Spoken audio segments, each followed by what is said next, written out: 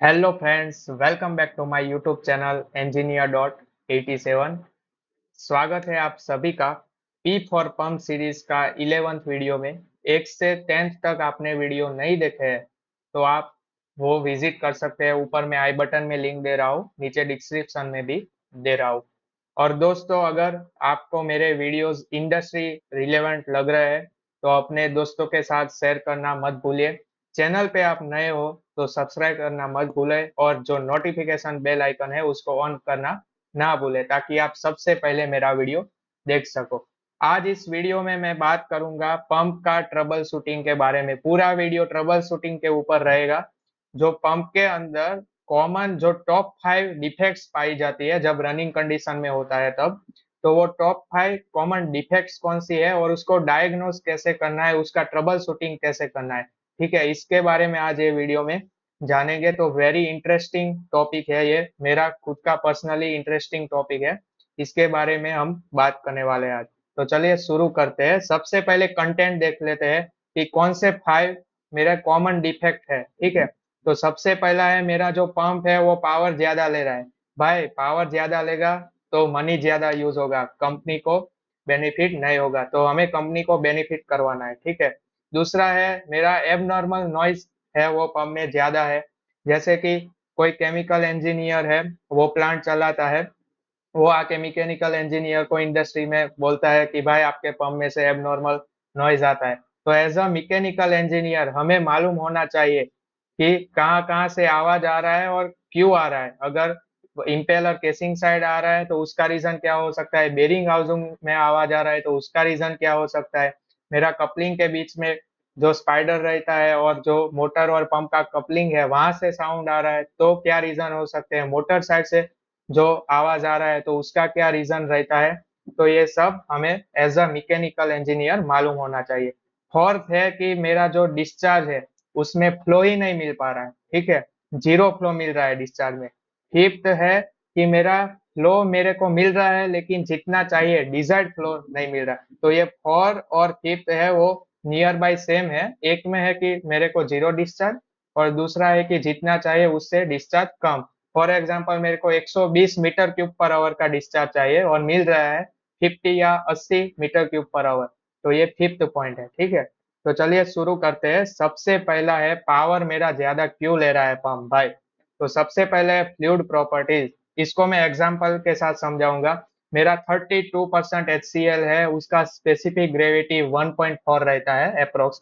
और जो मेरा सल्फ्यूरिक है 98% H2SO4, उसका स्पेसिफिक ग्रेविटी 1.8 रहता है। यानी कि मेरा सल्फ्यूरिक है वो HCl से हेवियर है एज पर स्पेसिफिक ग्रेविटी। और ये जो स्पेसिफिक ग्रेविटी है वो एकदम इजी टॉपिक है, लेकिन डेफिनेशन पढ़ोगे तो इंजीनियर को भी समझने नहीं आता है। तो आप कमेंट करिए, तो मैं स्पेसिफिक ग्रेविटी को एकदम ऐसा समझाऊंगा कि आप लाइफ में कभी उसको भूल नहीं पाएंगे। ठीक है, तो उसके लिए कमेंट करो अगर आपको वीडियो चाहिए तो मेरा है फ्लूइड प्रॉपर्टी हैवियर।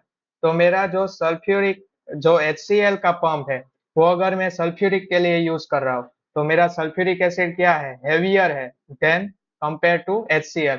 तो मेरा पावर कंजप्शन है वो इंक्रीज हो जाएगा।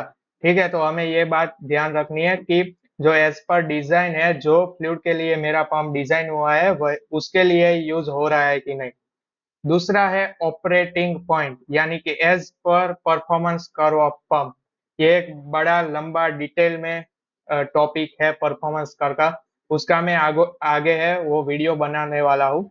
ठीक है, NPSH के ऊपर, कैविटेशन के ऊपर और परफॉर्मेंस कर्व कैसे पढ़ना है, ये तीनों टॉपिक है वो आगे के वीडियोस में अपलोड करूंगा मेरी चैनल पे। ठीक है, अभी के लिए आप इतना समझ लो कि मेरा जो एज पर BEP best office efficient point के ऊपर मेरा पंप नहीं चल रहा है तो मेरा जो पंप है वो ज्यादा पावर लेगा। ठीक है, यानी कि जितना फ्लो रेट और जितना हेड चाहिए उससे कंपेयर में ज्यादा या बड़े ज्यादा हेड से चल रहा है मेरा पंप, तो पावर कंजप्शन ज्यादा होगा। इसके लिए आपको पंप कर्व पढ़ने होंगे, उस हिसाब से पंप को चलाना होगा। तीसरा है मैकेनिकल कंडीशन, यानी कि इम्पेलर में कुछ आ गया, डेब्रिस हो गया, इम्पेलर में वियर एंड टीयर है, बेरिंग में वियर एंड टीयर है, बेरिंग का जी वैल्यू ज्यादा है, बेरिंग में लुब्रिकेशन प्रॉपर नहीं है, ठीक है, इंटरनल क्लियरेंस है इम्पेलर के वो सही नहीं है, उसके वजह से भी मेरा पंप है वो ज्यादा पावर कंजप्शन लेता है।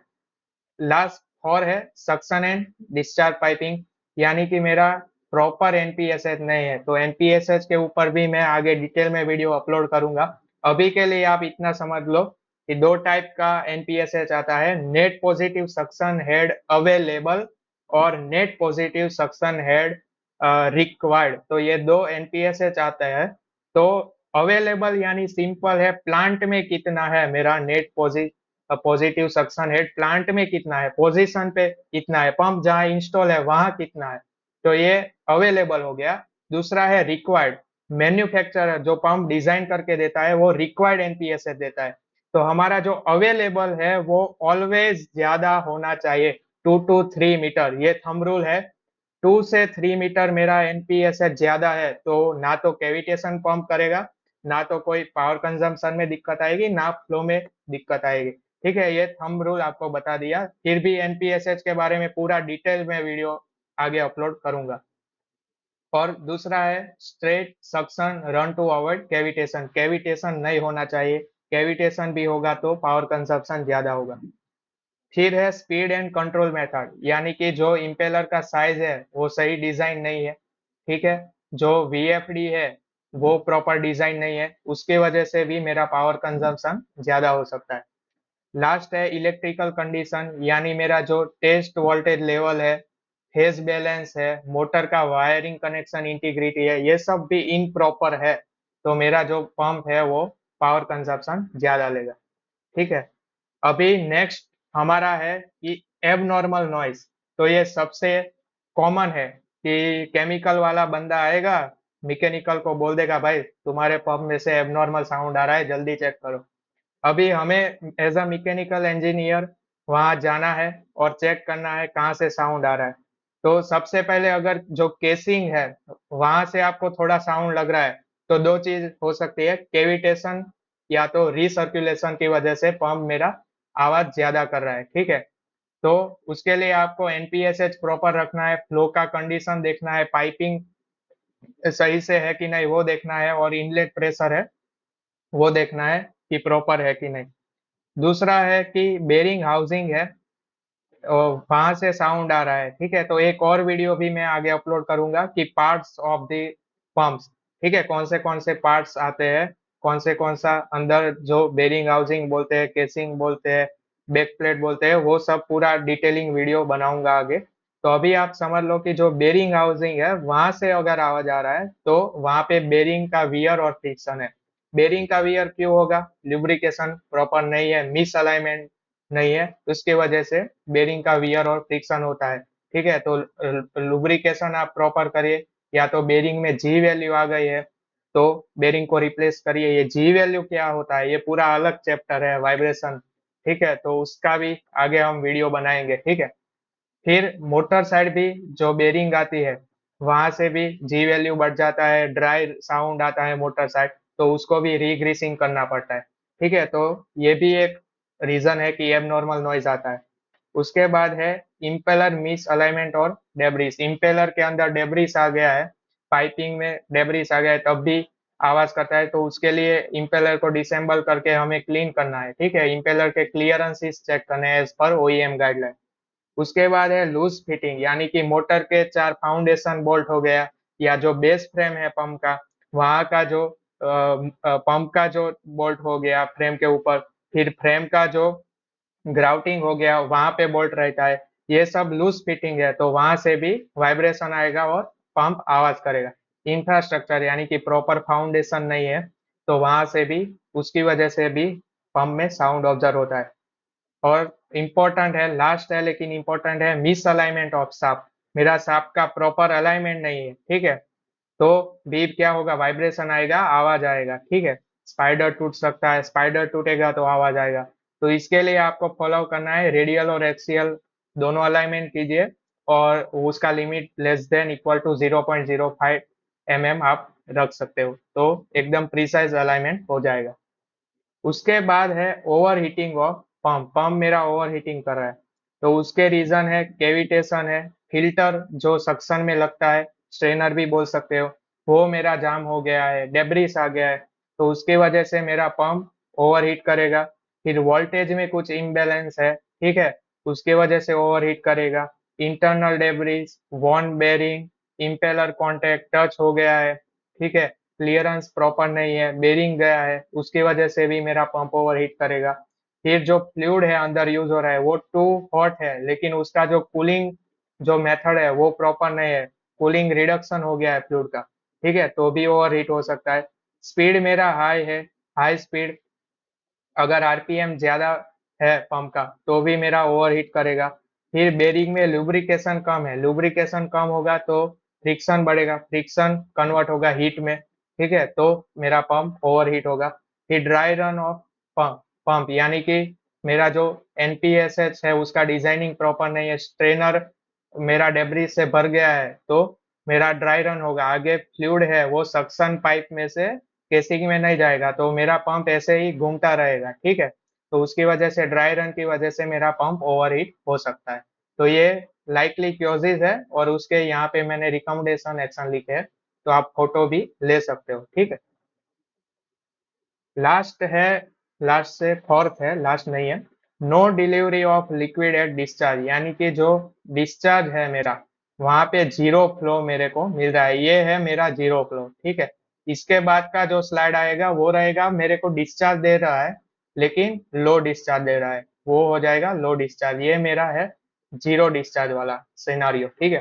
तो सबसे पहले है लेक ऑफ प्राइमिंग और एयर लॉक, जो जिसके अंदर नेगेटिव सक्शन रहेगा वहां पे हम एक प्राइमिंग पॉट लगाते हैं, आप one type of surge tank, small tank बोल सकते हो, सक्शन में लगता है, उसमें एयर लॉक हो गया है, या तो वो मेरा सर्ज टैंक भरा हुआ नहीं है तो मेरा पंप घूमेगा, अभी पंप घूमेगा तो सक्शन पोर्ट खाली है या प्राइमिंग पोर्ट खाली है, प्रॉपर प्राइमिंग नहीं हुआ, एयर अंदर से नहीं निकला है, तो पंप खींचेगा ही नहीं। अगर मेरे पंप के अंदर फ्लूइड ही नहीं जाएगा तो डिस्चार्ज मेरे को मिलेगा ही नहीं, सिंपल। उसके बाद है सक्शन और डिस्चार्ज वाल मेरा क्लोज है, जैसे कि सक्शन वाल गलती से क्लोज रह गया है तो क्या होगा कि मेरा पंप जो फ्लूइड है वही सक नहीं करेगा, तो डिस्चार्ज मेरे को जीरो मिल जाएगा, ठीक है। दूसरा मेरा सक्शन ले रहा है, सक्शन वाल ओपन है, फुल्ली ओपन है, सक्शन ले रहा है, लेकिन डिस्चार्ज वाल मेरा गलती से क्लोज रह गया है, तो वहां पे मेरे को फ्लो नहीं मिलेगा। फिर है एक्सेसिव सक्शन लीक, यानी कि फॉर एग्जांपल ये एक टैंक है, अभी मेरा पंप मानो कि इधर है, फॉर एग्जांपल ये पंप, तो ये जो पाइपिंग है, तो यहाँ पे जो हाइट है वो मेरा ज्यादा है, जैसे एच मेरा इज ग्रेटर, तो क्या करेगा कि ये पंप रनिंग कंडीशन में होगा, लेकिन यहाँ से मेरा फ्लूइड यहाँ तक खींच ही नहीं पाएगा, उतना कैपेसिटी ही नहीं है, तो मेरा जो ये सक्शन लिफ्ट है, सक्शन लिफ्ट हाइट है वो इंक्रीज है, ज्यादा है, तो भी मेरा जो डिस्चार्ज फ्लो है वो मेरे को नहीं मिलेगा। फिर है रॉन्ग रोटेशन स्पीड, यानी कि रॉन्ग डायरेक्शन में मेरा पंप घूम रहा है तब भी मेरे को डिस्चार्ज नहीं मिलेगा। फिर इंटरनल्स है पंप के, उसके अंदर डेब्रिस आ गया है तो भी डिस्चार्ज नहीं मिलेगा। लास्ट है डिस्चार्ज लाइन में कोई लीकेज है तो सारा वहीं से पानी निकल जाएगा, पानी है या कोई भी फ्लूइड निकल जाएगा, तो मेरे को डिस्चार्ज नहीं मिलेगा। एनआरवी चेक वाल्व, यानी कि जो एनआरवी है वो मेरा डिफेक्टिव है, तो मेरे को एनआरवी तक मेरे को मिलेगा फ्लो, लेकिन एनआरवी खुलेगा नहीं, अप नहीं होगा, तो वहां से ऊपर फ्लूइड जाएगा ही नहीं, तो डिस्चार्ज मेरा जीरो रहेगा, ठीक है। उसके बाद है कि जो मेरा पंप है वो फ्लो दे रहा है लेकिन लो फ्लो दे रहा है, लो फ्लो वाला सिनारियो मैंने लिया है। तो उसमें फॉर मैंने यहाँ पे लिखा है, पहला है ऑब्स्ट्रक्शन और लीक्स, यानी कि सक्शन और डिस्चार्ज की जो पाइपिंग है, पाइपिंग में कुछ कहीं पे लीक है तो मेरे को जितना फ्लो चाहिए उतना नहीं मिलेगा। दूसरा है मैकेनिकल वियर, यानी कि इम्पेलर डैमेज है, वियर है उसमें। फिर पंप का इंटरनल है, उसमें कुछ क्लियरेंसेस सही नहीं है, कुछ अंदर डेब्रिस जम गया है, उसके वजह से फ्लो मिलेगा लेकिन कम मिलेगा। फिर है इम्प्रॉपर सिस्टम डिजाइन, यानी कि हेड उसका ज्यादा है, पुअर एनपीएसएच है, रॉन्ग रोटेशन है, तो सिस्टम डिजाइन मेरा प्रॉपर नहीं है, तब मेरे को लो फ्लो मिलेगा। उसके बाद है पंप का स्पीड, देखो आरपीएम है ना, जो सिंपल एक थंब रूल है, आरपीएम सीधा प्रोपोर्शनल है तुम्हारे फ्लो के ऊपर, क्यू, ठीक है। तो अगर मैं आरपीएम इंक्रीज करता हूँ तो मेरा फ्लो है वो भी इंक्रीज होता है, मेरा आरपीएम है वो मैं डिक्रीज करता हूँ तो फ्लो मेरा कम होगा। तो लो आरपीएम का मोटर लगा दिया है किसी ने, जितना चाहिए डिजाइन का, जितना मैन्युफैक्चरर ने बोला था उससे कम आरपीएम वाला मोटर आ गया है, या तो वीएफडी में कोई इश्यू है जो आरपीएम इंक्रीज नहीं कर रहा है, तो मेरे को फ्लो है वो मिलेगा लेकिन जितना चाहिए उतना नहीं मिलेगा। So guys, thank you so much for watching this video. Video को लाइक करो, शेयर करो, चैनल पे नए हो तो सब्सक्राइब करो, और अपने फ्रेंड्स के साथ शेयर करना मत भूलिए ये चैनल को, ठीक है। ऐसे ही इंडस्ट्री रिलेवेंट वीडियोस में लेके आता रहूंगा। Thank you guys.